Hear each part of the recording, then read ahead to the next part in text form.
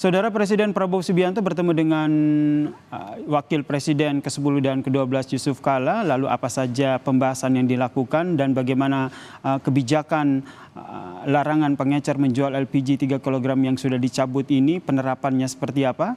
Kita tanyakan kepada dua jurnalis Kompas TV yang sudah bergabung di Kompas Petang. Ada Alfania Rizky di Istana Merdeka dan juga ada Rahma Piliang di salah satu lokasi pengecer di kawasan Grogol Utara.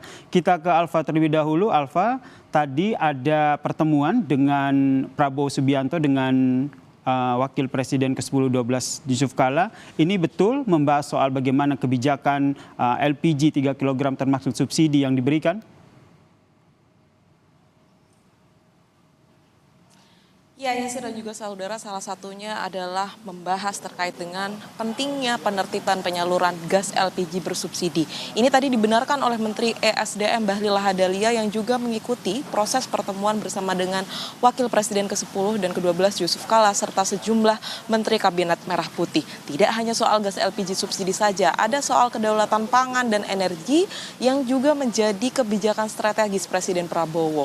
Tetapi tadi Bahlil Lahadalia menyebut apa yang kemudian menjadi saran Yusuf Kala kepada Presiden Prabowo Subianto terkait dengan penertiban gas LPG subsidi ini. Yusuf Kala menyebut bahwa memang harus dilakukan penertiban gas LPG ini. Apalagi proses atau jumlah besaran subsidi yang sudah ditetapkan oleh pemerintah ini tidak berubah sejak 20 tahun terakhir atau tepatnya ketika saat itu Yusuf Kala menjabat sebagai wakil presiden di era Susilo Bambang Yudhoyono. Ini yang kemudian digodok oleh pemerintah termasuk oleh Presiden Prabowo Subianto dan sejumlah menteri yang kemudian memiliki andil di dalam kebijakan penertiban LPG subsidi ini.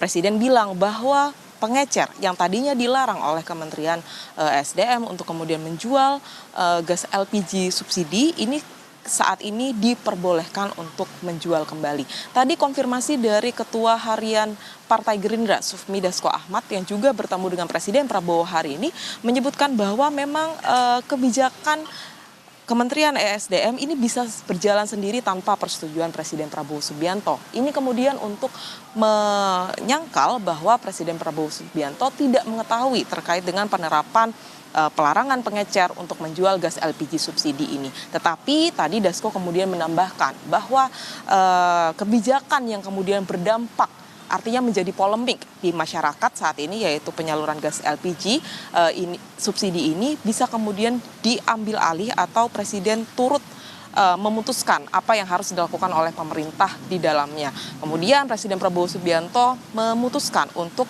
memperbolehkan pengecer menjual kembali gas LPG subsidi ini. Lalu bagaimana cara pemerintah untuk kemudian menertibkan penyaluran gas subsidi LPG ini? Tadi disebutkan juga bahwa Kementerian ESDM sedang menyusun aturan terkait dengan penertiban ini.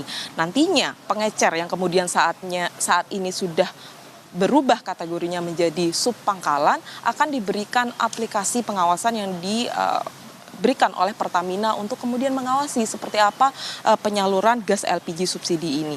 Entah itu terkait harga atau terkait jumlah yang disalurkan kepada masyarakat.